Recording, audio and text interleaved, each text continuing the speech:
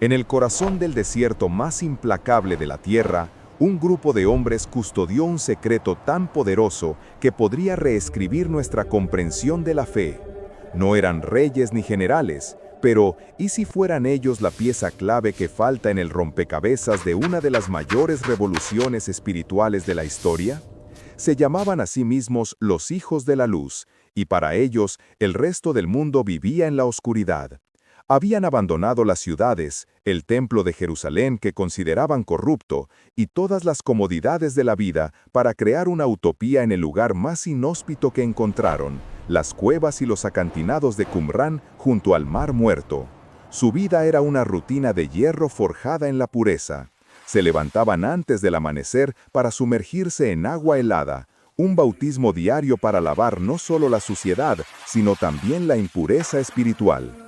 Comían en silencio absoluto, convencidos de que las palabras vanas contaminaban el alma, y pasaban sus días obsesionados con una única tarea: copiar, preservar y estudiar antiguos textos sagrados. Pero, ¿sabías que su obsesión por la pureza llegaba a tal extremo que tenían reglas increíblemente específicas hasta para ir al baño? Debían cavar un hoyo lejos del campamento, hacerlo de cuclillas para no exponerse y cubrirlo meticulosamente, todo para no ofender los sagrados rayos de Dios. Esto no era simple excentricidad, era la mentalidad de un pueblo que creía vivir en los últimos días, en el umbral de una guerra cósmica final entre el bien y el mal, y ellos eran el último ejército de la luz. Su verdadera misión, sin embargo, no era solo vivir en pureza, sino preservar el conocimiento. En las cuevas que rodeaban su asentamiento, escondieron su mayor tesoro, cientos de rollos de papiro y pergamino, una biblioteca del fin del mundo. Y aquí, en estos frágiles manuscritos, es donde el misterio se vuelve explosivo, porque sus escritos no solo hablan de Dios, hablan de un maestro de justicia, una figura mesiánica perseguida y traicionada por un sacerdote impío. Hablan de dos Mesías, uno sacerdotal y otro real. Hablan de una batalla apocalíptica que purgaría el mundo. ¿Te suena familiar? Todo esto nos lleva de vuelta a la pregunta inicial: ¿qué secreto guardaban? No era un mapa del tesoro ni una fórmula alquímica. Su secreto era una visión del mundo, una teología completa que existió paralela a la corriente principal del judaísmo y que, sospechosamente, parece un borrador de muchas ideas que pronto conquistarían el mundo. Eran el eslabón perdido que la historia olvidó. Y entonces, sin más, desaparecieron. Justo cuando la invasión romana arrasaba Judea, los hijos de la luz se desvanecieron del registro histórico, dejando atrás únicamente sus cuevas, sus ruinas y su biblioteca secreta, que permanecería oculta durante 2000 años. La pregunta que ha atormentado a los historiadores durante décadas no es quiénes eran los esenios, sino en quién se convirtieron. Para que un grupo busque la pureza absoluta, primero debe existir una corrupción insoportable. Y la Judea del siglo II a.C. era un volcán a punto de estallar, un campo de batalla espiritual donde el poder, la política y la fe colisionaban de forma violenta. Todo había comenzado con una victoria gloriosa. Una familia de sacerdotes guerreros, los macabeos, se alzó contra el poderoso imperio seleucida y contra todo pronóstico ganó. Liberaron Jerusalén, purificaron el templo y restauraron la independencia judía. Fue un momento de éxtasis nacional, una era de héroes. Pero el poder, como a menudo sucede, corrompe. Los nietos de aquellos héroes, la dinastía Asmonea, se convirtieron en reyes. Y no solo eso, cometieron el acto impensable, se autoproclamaron sumos sacerdotes. Imaginen la indignación. Para la tradición judía, el rey debía ser del linaje de David y el sumo sacerdote del linaje de Sadoc. Unir ambos cargos en una sola persona, una persona que además no tenía el linaje correcto para ninguno de los dos, era una profanación. El templo, el lugar más sagrado de la tierra, ahora estaba dirigido por lo que muchos consideraban usurpadores ilegítimos. La sociedad judía se fracturó. Por un lado, estaban los saduceos, la élite sacerdotal y aristocrática. Ricos, pragmáticos y políticamente astutos se aliaron con los nuevos reyes sacerdotes. Para ellos, la política y la religión eran dos caras de la misma moneda de oro. controlaban el templo y sus vastas riquezas, y no tenían intención de soltarlo. En el otro extremo, los fariseos, inmensamente populares entre el pueblo. Eran los eruditos, los maestros de la ley oral, y para ellos esta usurpación era una blasfemia que contaminaba cada sacrificio y cada oración. Las calles y sinagogas de Jerusalén hervían con debates feroces sobre la pureza, la ley y la legitimidad. Era una guerra civil teológica. ¿Sabías que estas disputas no eran simples charlas académicas? A menudo terminaban en disturbios y derramamiento de sangre. Pero, ¿qué pasaba si sentías que ambos bandos estaban equivocados? Si veías a los saduceos como corruptos vendidos al poder, y a los fariseos como atrapados en un legalismo sin fin, luchando por reformar un sistema que ya estaba podrido hasta la médula. En medio de este caos, un tercer grupo empezó a susurrar una idea mucho más radical. No se trataba de cambiar quién ostentaba el poder en Jerusalén. Se trataba de declarar que Jerusalén misma, con su templo profanado y su sacerdocio corrupto, ya no era el centro del verdadero pacto con Dios. Ya no se trataba de elegir entre un partido u otro, entre una interpretación u otra. La verdadera pregunta se había vuelto mucho más simple y aterradora. ¿Te quedas y luchas por un sistema podrido o te marchas para construir uno nuevo desde los cimientos del alma? Su respuesta a esa pregunta no solo crearía una de las comunidades más enigmáticas de la historia, cambiaría el curso del mundo para siempre. ¿Qué llevaría a un grupo de personas a abandonar sus familias, sus posesiones y sus placeres para vivir en el desierto, esperando el apocalipsis? No eran monjes ni ermitaños solitarios. Eran los esenios y estaban construyendo la sociedad perfecta para sobrevivir al fin de los tiempos. Ingresar a su comunidad, a Qumran, era un proceso diseñado para quebrar el espíritu del individuo y forjar a un miembro de un cuerpo colectivo. No bastaba con querer unirse. El aspirante pasaba un año entero a prueba, fuera de la comunidad, aprendiendo sus reglas básicas, pero sin participar en sus ritos más sagrados. Si demostraba ser digno, se le permitía entrar en la siguiente fase, 2 años más de noviciado. Durante este tiempo, se le sometía a pruebas constantes de disciplina y obediencia, hasta que finalmente, si era aceptado, pronunciaba un juramento aterrador. Juraba lealtad eterna, juraba guardar los secretos de la comunidad bajo pena de muerte, y, lo más escalofriante, juraba odiar eternamente a los hombres de la oscuridad. Su día a día era un ritual constante. Se levantaban antes del amanecer para rezar, pero no en una sinagoga. Se giraban hacia el sol naciente, honrando la luz como el vehículo más puro de la creación de Dios. ¿Un culto solar dentro del judaísmo? No exactamente. Para ellos, la luz física era un símbolo de la luz espiritual, y la oscuridad su enemiga mortal. Tras la oración, trabajaban en silencio en los campos o transcribiendo manuscritos, pero el evento central del día era el baño ritual. Antes de cada comida comunal, cada miembro se sumergía por completo en aguas purificadoras, una especie de bautismo diario para limpiarse de cualquier impureza física o espiritual. La pureza era una obsesión. Y luego venía la comida. Imagina una cena donde nadie habla, un silencio solemne, casi tangible, mientras comen pan y beben vino bendecidos por un sacerdote. No era una simple comida, era un ensayo diario para el banquete mesiánico que celebrarían en el cielo tras la victoria final. Para ellos, la propiedad privada era una ilusión, una fuente de corrupción. Todo pertenecía a la comunidad.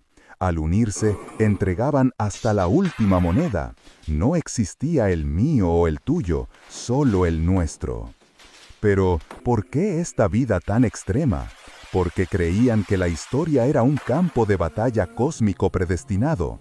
Desde el principio de los tiempos, Dios había dividido a la humanidad en dos bandos: los hijos de la luz, ellos mismos, guiados por un enigmático maestro de justicia, y los hijos de la oscuridad, todo el resto del mundo, liderados por un sacerdote impío. No estaban simplemente esperando el fin del mundo, se estaban entrenando para ser el ejército de Dios en la batalla final. Y esta creencia inquebrantable en un destino escrito es lo que nos lleva de vuelta a nuestra pregunta inicial. ¿Por qué abandonar todo? Porque para ellos no era una elección, era un deber cósmico. No eran solo ascetas rezando en el desierto, eran los guardianes de un cono, cimiento que consideraban la clave de la supervivencia de la humanidad. Pero el verdadero secreto no estaba en sus baños rituales ni en sus comidas silenciosas. Estaba escrito, oculto en vasijas de barro, en las cuevas más oscuras del desierto. Dejaron un tesoro de conocimiento prohibido, profecías escalofriantes y las reglas para una guerra final entre el bien y el mal. Unos textos que permanecerían ocultos durante 2000 años, hasta que un joven pastor beduino, persiguiendo a una cabra perdida, tropezó con la biblioteca más importante de la historia. ¿Por qué un grupo de personas abandonaría la civilización para vivir en uno de los desiertos más brutales del planeta? No buscaban oro ni poder, buscaban la pureza, en un mundo que consideraban corrupto.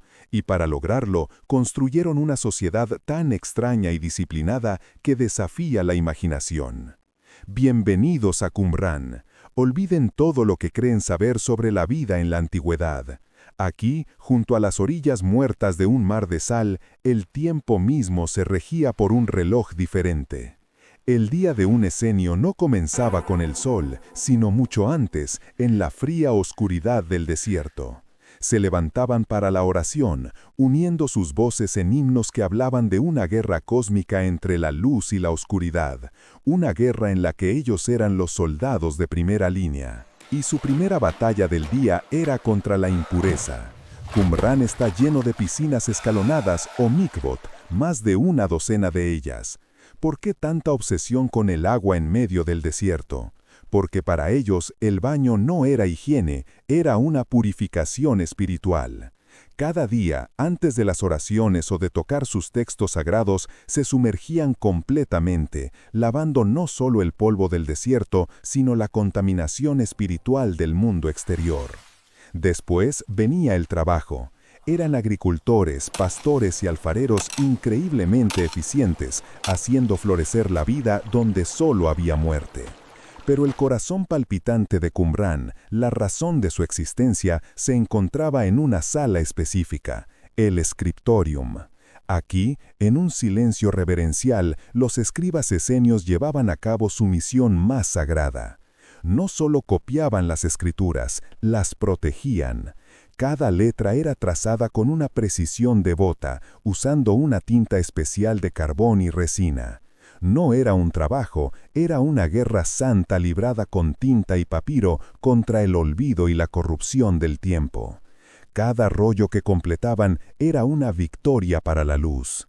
¿Y sabías que su calendario era completamente diferente al del Templo de Jerusalén? Usaban un calendario solar de 364 días, lo que significaba que sus festividades religiosas nunca coincidían con las del judaísmo oficial. Para ellos, los sacerdotes de Jerusalén estaban celebrando los días sagrados en fechas equivocadas. Era una declaración radical: vosotros estáis equivocados, nosotros somos los verdaderos guardianes del tiempo de Dios. Sus comidas eran igual de extrañas. Se reunían en un comedor comunal, vestidos de blanco puro, y comían en un silencio absoluto. El pan y el vino eran bendecidos por un sacerdote, convirtiendo cada comida en un ritual sagrado, una prefiguración del banquete mesiánico que esperaban al final de los tiempos. Aquí no existía la propiedad privada, todo pertenecía a la comunidad. Era un sistema radical de comunismo espiritual, 2000 años antes de que la palabra existiera. Y toda esta rutina, esta pureza obsesiva y este aislamiento radical nos devuelve a la pregunta inicial: ¿para qué? La respuesta estaba en su creencia de que eran la última generación. Vivían en la cuenta atrás para la batalla final, el apocalipsis. Cada baño ritual, cada palabra copiada, cada comida silenciosa era un acto de preparación para el día en que los hijos de la luz se enfrentarían a los hijos de la oscuridad. Su comunidad era una máquina perfectamente engranada para un solo propósito: preservar la verdad intacta hasta el fin de los tiempos. Pero el ruido del mundo que habían abandonado estaba a punto de llamar a su puerta. Un ruido de sandalias de cuero y acero romano. Y en sus últimos desesperados momentos tomarían una decisión que resonaría 2000 años en el futuro. ¿Y si te dijera que el mayor tesoro arqueológico del siglo XX no fue descubierto por un arqueólogo en una excavación financiada, sino por un adolescente beduino que solo buscaba una cabra perdida? En 1947, en las áridas colinas que custodian el Mar Muerto, un joven llamado Mohamed Edbib lanzó una piedra hacia una cueva. Pero el sonido que escuchó no fue el de la roca contra la roca. Fue el inconfundible crujido de la cerámica. Dentro, en la penumbra, no encontró su animal, sino algo infinitamente más valioso: unas vasijas de barro que guardaban en su interior rollos de cuero y papiro, envueltos en lino, que habían esperado en silencio durante 2 milenios. Al principio, ni él ni su familia entendieron lo que tenían. De hecho, ¿sabías que uno de los primeros eruditos en ver los rollos se los devolvió pensando que no tenían valor? Por un breve y aterrador momento, la historia casi pierde estos tesoros. Se dice que algunos fragmentos incluso fueron quemados en hogueras para calentarse. Pero cuando finalmente llegaron a las manos adecuadas, el mundo académico contuvo la respiración. Las pruebas de carbono 14 eran inequívocas. Estos manuscritos databan de entre el siglo III a.C. y el I después de Cristo. Eran 1000 años más antiguos que cualquier otra copia hebrea conocida de las Escrituras. Era como encontrar una fotografía de la infancia de la Biblia. Pero estos rollos eran mucho más que simples copias antiguas del Antiguo Testamento. Eran la biblioteca perdida de una comunidad, una ventana directa al alma de la secta que habitaba en Qumrán, los esenios. Entre los textos se encontraron sus reglas comunitarias, sus himnos, sus profecías apocalípticas y las crónicas de su lucha cósmica entre los hijos de la luz y los hijos de las tinieblas. Textos como el Manual de Disciplina revelaban una sociedad obsesionada con la pureza ritual, con comidas comunitarias sagradas y una jerarquía estricta. Otros hablaban de un enigmático maestro de justicia, un líder justo perseguido por un sacerdote impío. De repente, los esenios dejaron de ser una nota a pie de página en los textos de historiadores antiguos y se convirtieron en personas de carne y hueso, con esperanzas, miedos y un fervor que ardía con la intensidad del sol del desierto. Estos pergaminos no solo confirmaron la asombrosa fidelidad con la que se habían transmitido muchos textos bíblicos, sino que también revelaron algo mucho más radical: que el judaísmo de la época no era un monolito, sino un vibrante ecosistema de ideas en competencia. Existían versiones diferentes de los mismos libros, textos que nunca llegaron a la Biblia canónica y una diversidad de creencias que desafiaba todo lo que creíamos saber. Los rollos nos mostraron a los esenios como los guardianes de una tradición, esperando el fin de los tiempos en su fortaleza del desierto. Escribieron sobre el futuro, sobre una guerra final y la llegada de 2 Mesías. Pero en sus escritos falta una historia crucial. ¿Qué fue de ellos? ¿Cómo una comunidad tan devota y prolífica simplemente se desvaneció, dejando atrás solo una biblioteca fantasma para que un pastor la encontrara por accidente 2 milenios después? ¿Y si te dijera que el plan de batalla para el fin del mundo ya fue escrito hace más de 2000 años? No en un libro de profecías vago, sino en un detallado manual militar escondido en la oscuridad de una cueva, esperando a ser descubierto. Estos rollos no son solo textos antiguos, son una ventana a un universo mental radicalmente distinto al nuestro. Para los esenios, la realidad no era una sola. estaba dividida en dos. Una guerra invisible pero totalmente real se libraba cada segundo de cada día, la batalla entre los hijos de la luz y los hijos de las tinieblas. Y ellos, por supuesto, eran los soldados de élite en el ejército de la luz. Su líder en esta guerra no era un rey o un general, sino una figura enigmática y reverenciada, conocida como el Maestro de Justicia. Un hombre que, según sus escritos, les había revelado los secretos más profundos de Dios y de las profecías, un hombre perseguido por un sacerdote impío en Jerusalén. Este drama, esta lucha personal, se convirtió en el mito fundacional de toda su comunidad. Pero, ¿cómo se prepara un soldado de la luz para la batalla final? No con espadas y escudos, al menos no al principio. Su entrenamiento era una obsesiva búsqueda de la pureza. Imagina despertarte antes del amanecer para sumergirte en agua helada en un baño ritual, no para limpiar tu cuerpo, sino tu alma. Imagina renunciar a toda propiedad privada, tu ropa, tu comida, tus herramientas, todo pertenecía a la comunidad. Su manual de conducta, conocido como la regla de la comunidad, detalla un código de vida tan estricto que mentir era castigado con la exclusión. Incluso escupir en una asamblea te costaba 30 días de penitencia. Y todo esto nos lleva de vuelta a su gran secreto. ¿Por qué este aislamiento extremo? Porque para ellos, el templo de Jerusalén, el corazón del judaísmo, estaba corrupto, contaminado. Creían que el sacerdocio oficial había traicionado el pacto con Dios. ¿Sabías que incluso seguían un calendario diferente? Mientras Jerusalén celebraba sus fiestas según la luna, los esenios se regían por un antiguo calendario solar de 364 días. Esto no era una simple diferencia de opinión, era una declaración de guerra teológica. Significaba que sus días más sagrados nunca coincidían con los del resto de su pueblo. Eran, a propósito, un mundo aparte. Vivían en un estado de perpetua anticipación, esperaban el día en que Dios interviniera y la guerra cósmica se hiciera física. Sus escritos apocalípticos, como el famoso rollo de la guerra, no son metáforas, son planes tácticos. Describen las trompetas que sonarán, los estandartes que se alzarán, y cómo los ejércitos de ángeles lucharán junto a ellos para aniquilar a los hijos de las tinieblas de una vez por todas. Esperaban la llegada no de uno, sino de dos Mesías, uno de la línea real de David y otro de la línea sacerdotal de Aarón, que restaurarían el mundo a su orden perfecto. Sus textos describen a un maestro de justicia perseguido, una nueva alianza con Dios y la espera de un Salvador. Palabras que resuenan con una fuerza casi profética.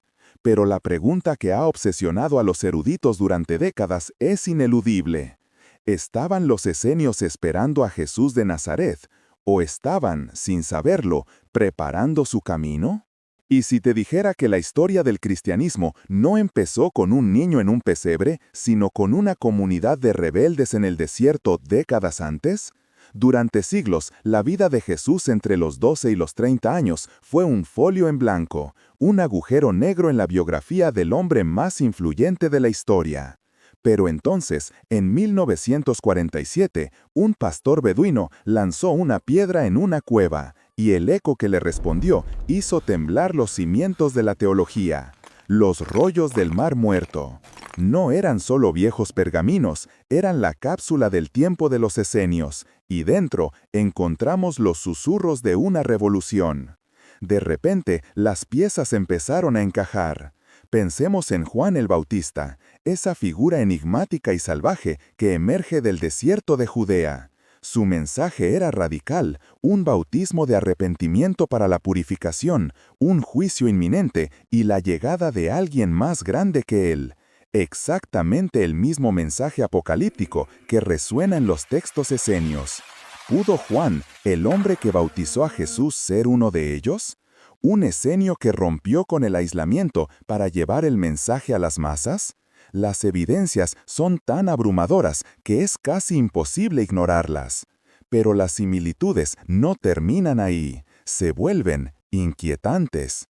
Los esenios seguían a una figura mesiánica a la que llamaban el Maestro de Justicia, un líder que fue perseguido por los sacerdotes corruptos de Jerusalén, ejecutado, y de quien sus seguidores esperaban un regreso triunfal. ¿Te suena familiar? Décadas antes de que Jesús caminara por Galilea, los esenios ya vivían una historia de persecución, martirio y esperanza mesiánica. No es solo la trama, son los detalles. Los escritos esenios hablan de una comida sagrada comunal de pan y vino. Hablan de un consejo de 12 hombres para guiar a la comunidad de Israel. Hablan de llamar a sus miembros los hijos de la luz en su batalla contra los hijos de las tinieblas. ¿Coincidencia? Los historiadores más audaces dicen que no.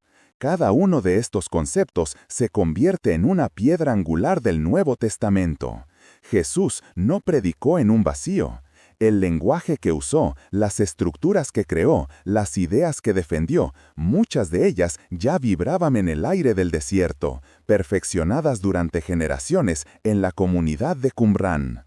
Esto no significa que Jesús fuera simplemente un esenio, significa algo mucho más profundo, que no estaba creando una religión de la nada, sino que quizás estaba encendiendo una llama que ya ardía en las cuevas de Qumrán, llevándola de las sombras del desierto a la luz del mundo. La pregunta entonces no es si los esenios influyeron en el cristianismo, la verdadera pregunta es, ¿hasta qué punto se convirtieron en él? Y si te dijera que el acto de desaparición más exitoso de la historia no fue un truco de magia, sino una operación de rescate intelectual llevada a cabo por una comunidad al borde de la aniquilación? Así es como los esenios se prepararon para morir, y al hacerlo, se volvieron inmortales. Estamos en el año 68 después de Cristo. El aire de Judea no huele a incienso y paz, sino a hierro y a fuego. Las legiones romanas, una imparable máquina de guerra, avanzan aplastando la gran revuelta judía. En su camino se encuentra Qumrán, el corazón intelectual de los esenios.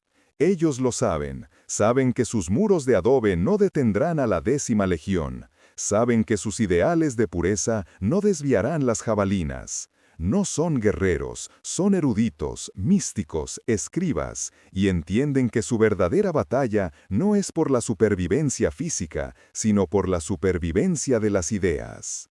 Así que, en una carrera contra el tiempo, llevaron a cabo la operación de salvamento cultural más importante de la historia. Imaginen la escena. Noches febriles, a la luz de las lámparas de aceite, enrollando cuidadosamente cada papiro, cada pergamino. No solo sus propias reglas y profecías, sino copias de las escrituras hebreas, textos que ya entonces eran antiguos. Los sellaron en jarras de arcilla, sus cápsulas del tiempo, y los escondieron en lo más profundo de las cuevas que salpican los acantilados del Mar Muerto. No estaban enterrando libros, estaban enterrando su alma. Pero, ¿qué pasó con las personas? Aquí es donde la historia se convierte en un eco.